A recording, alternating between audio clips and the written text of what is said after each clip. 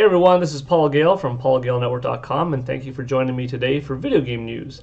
It is September 4th, 2020, and these are the top stories of the day. To start things off, I gotta show you this right here. This is an old friend, Adam Sessler, from G4 TV's X-Play. Now, Adam Sessler and Morgan Webb were the co-hosts of X-Play, and it was a really fun video game news show. They both handled the journalism part of the show very well. They were both very entertaining. They did fun skits on the side and covered games, news stories, reviewed games on a 5-point system. They took in viewer questions and whatnot. They took in my question once, for that matter. Back in 2005, I specifically asked whether or not they thought that if Resident Evil 4 came out 2 weeks sooner, would it have won their pick for Game of the Year in 2004?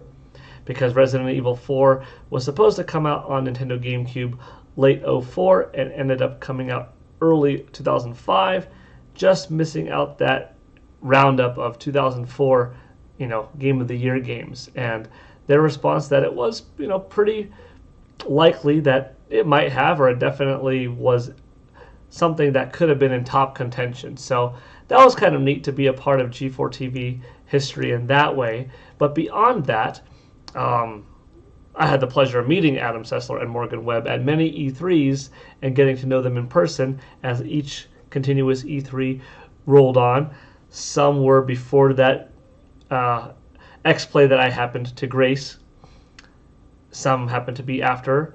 I haven't seen Morgan Webb personally in quite a few years, but Adam Sessler, even as recent as the E3 2019, we were able to talk briefly, and in 2018, if I'm not mistaken, it was that one too, where we got to speak briefly. So the reason why I'm bringing this up to your attention, to get a little bit of that backstory behind, is G4 needs talent. We heard not too long ago that G4 TV is coming back in some way, and we got news little by little that now Adam Sessler, one of the people that was a big part of G4 TV, thanks to X-Play, is back in the mix and has this fun video of his Crazy Adam character basically letting you know that G4 needs talent. They're looking for people, whether it's celebrities interested, wrestling personalities, wrestlers, martial artists, YouTubers, yourself, the video gamer that's watching this video, browsing forums, checking out stuff on YouTube. If you're interested, you could apply via this hashtag, G4 needs talent. And let me just show you the video, and you'll see what his character, Crazy Adam's like. I'm back! But you know what's crazier than that? The greatest superstar gaming network of all time, G4, wants your help in finding the newest generation of superstar gaming hosts. My help? Everybody's help! Do our work for us. If you know someone who has what it takes to be the next Dr. Lupus, Pokeball, or Ninja, well, tag him in a tweet and stuff. Tag your favorite creator. Tag a wrestler. You can even tag your dog. Include the hashtag G4 needs talent. That way we can tell who's a real fan and who's one of the lizard people. It's a pandemic of opportunities! But what if I want to try out? Then you have to get over your crippling self-doubt. Okay! But the rest of you, go to the G4 subreddit at this address to find out how to submit yourselves. Sorry, Tic-Tac-Zoomers, you have to be over 18 to get involved. I tell you more, but I'm not allowed to give out any more legal advice on the internet. If you know an OK gamer who thinks they're the most, Crazy Adam might just make them a host. Crazy Adam. It's pretty funny. That's not Adam Sessler's normal personality, although he is a fun character. He is a fun guy from all the times that I've interacted with him in the early 2000s, mid 2000s, and like I said, even in the last couple of years worth of E3s. But his character, Crazy Adam, is in particular extra wild. But there you go. If you're interested in being a part of the new G4 TV, hop onto the G4 TV subreddit or go on Twitter and use the hashtag G4 Needs Talent. You know, I've always had good interactions with people, including Kevin Pereira, Morgan Webb, Adam Sessler, Olivia Munn, Jeff Keighley. Actually, the last time we met was just a couple of years ago at E3, but solid group of people, and I'm definitely looking forward to them coming back. I think it'll be fun. The video game industry has definitely changed as it's ever changing, and we have more YouTube content creators than ever before, and more websites, more blogs, more forums than ever before. But I still think there's an opportunity for XPlay to come back or something like that. Obviously, you look at what's the oldest video game news TV show, and that's Electric Playground. And that was run by Victor Lucas and Tommy Tallarico, which then had a show, Judgment Day, and that ended up being on G4 TV. Now, Victor Lucas still has his games on the run. He still operates Electric Playground. You can watch for his content on YouTube and whatnot. He has Instagram as well. Tommy Tallarico, the other side of that half, has gone on to Video Games Live, and the two of them recently got together to talk about Tommy Tallarico's latest project, which is bringing back Intellivision via the Intellivision Amico. That will be coming out April 3rd, 2021. But anyways, they were a part of G4 TV also, and those two guys were awesome and still are. So I have a lot of fond memories with the overall G4 family. Tommy and Vic were a couple of the early people that I met in the video game industry way back at like my second or third E3, like 2001, 2002, and those two have been great friends for many years. So anyways, G4 is back. It needs talent. I'm looking forward to seeing what's coming next out of them. So pretty cool. I'm excited. Next up, Ubisoft Forward. Their lineup reveal is coming very soon. I thought I would show this video because rumors are back again of Prince of Persia making an appearance of some sort. That listing has popped up under a few different retailers now. Overseas, you can see Prince of Persia remake of some sort coming out supposedly for Nintendo Switch, PlayStation 4, Xbox One, and PC. This video right here does not confirm nor does it deny of Prince of Persia's existence. That's another story, but I'm starting to think that it's more and more likely that we're going to see Prince of Persia in some capacity at this event. What else will we see from Ubisoft?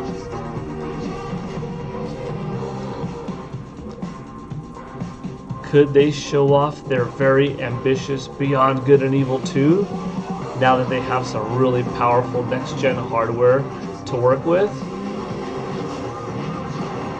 Could we see Splinter Cell back? See what Sam Fisher's doing these days? More Assassin's Creed? Well, I don't know. We'll see. It's coming up soon, though. As you may have seen, it's September 10th. It'll be 12 p.m. Pacific Standard Time or Pacific Daylight Time. So if you're in California like me, it's 12 o'clock for you. If you're elsewhere in the world, then just adjust that clock accordingly, and we'll tune in. I'll definitely provide my feedback of the event, tell you what I was hoping for / what I thought of the titles. Was there anything that I wanted to show up that didn't? I don't know what I would like to see the most. I think Beyond Good and Evil 2 would be the most pleasant surprise. I liked Starlink a lot, but it didn't do that well for them sales-wise. But Starlink was so cool. particularly on Nintendo Switch with the whole Star Fox connection. I would be down with Ubisoft taking over an official Star Fox project for Nintendo Switch. That actually, as far as an out there kind of an idea, if Ubisoft was at this event and said, boom, here's one of the new games we're working on, it's Star Fox blank, exclusively in development for Nintendo Switch, you know, using an engine that's kind of evolved from Starlink, that'd be probably the coolest thing for me. As far as what's probably a little more likely, Rayman, I could see that could be fun. Rabbids Mario crossing over again, I don't know how likely it is. It could be. The game did well sales wise. It did well with the critics. I loved it. I thought it was a great game. But probably something like Assassin's Creed is safe. Prince of Persia would be pretty sweet for me, especially if it's any one of the trilogy games that released during the GameCube, PlayStation 2, Xbox era. The whole Sands of Time trilogy is my favorite representation of the Prince of Persia franchise. The cel-shaded like Prince of Persia game that came out on Xbox 360 and PlayStation 3 was a fine game as well. And, you know, throwing it back to the old school Prince of Persia that was already remade a couple of times, that's a good game. But that trilogy during the GameCube, PS2, Xbox era is my favorite, so that's what I'm looking forward to. What are you looking forward to from the Ubisoft Forward event? What's your most anticipated title? And then say, what do you think's going to show up? Because, like I told you, Star Fox would be my most, you know, out there kind of idea of a game, but that I would like to see the most. But we'll see. Let me know in the comments what you think. Next up, something from CD Projekt Red, and I have to give them credit because this development studio is continuing to do more and more good out there, both in terms of games that they're producing, solid titles, and then other things like announcing that Cyberpunk 2077 will work with future versions, will work with future consoles without having the requirement of you paying for the upgrade. You know, you won't have to pay $70 for that version. You won't have to buy it again, all that kind of stuff. And now with The Witcher 3, an already very successful game of theirs, here they say The Witcher 3 is coming to the next generation. A visually and technically enhanced version of the game will be available for purchase for PC and next-gen consoles and as a free update for owners of the game on PC, Xbox One, and PlayStation 4. So here you can clearly see this is an Xbox Series X box and a PlayStation 5 box. So the game will come out in its complete edition on those systems, a disc to be played on them, and presumably a digital copy as well if that's the route you want to go. And it'll be sold as is. I imagine that it's going to be a more affordable release and not $60 because you could currently get, you know, either a copy of this game from Best Buy or on their respective digital shops for pretty little. Whether you're getting it on sale or not, even its base price is pretty affordable. So I don't see them releasing this game for full price on the next gen versions. But more importantly, if you already have the game on PlayStation 4 or Xbox One, you get the free update when you're playing it. Or on PC, you get the free update. This is something that is remained to be seen of how big of an upgrade, but we know, for instance, that Grand Theft Auto 5 is getting something. You know, it's getting some type of visual technical upgrade for PlayStation 5. But will it cost something? How good of a quality upgrade will it be? Will the upgrade be worth the cost if it does cost something, you know? This is free, so at the end of the day, you can't really complain with, oh, they didn't put much effort into it because it's free. You don't have to pay anything to play it again.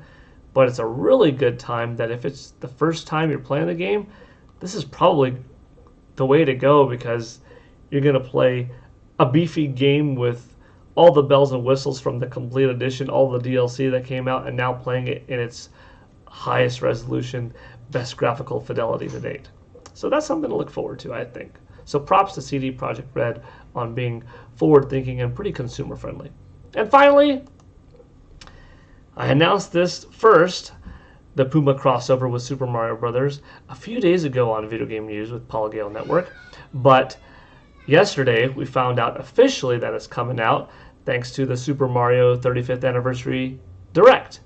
But then now today it went on sale and it instantly sold out. Now fortunately I woke up at 6:55, I was ready, I refreshed, I got in line, 7 o'clock came, took a little bit to load, 7:02, bought it, hit checkout, I'm good.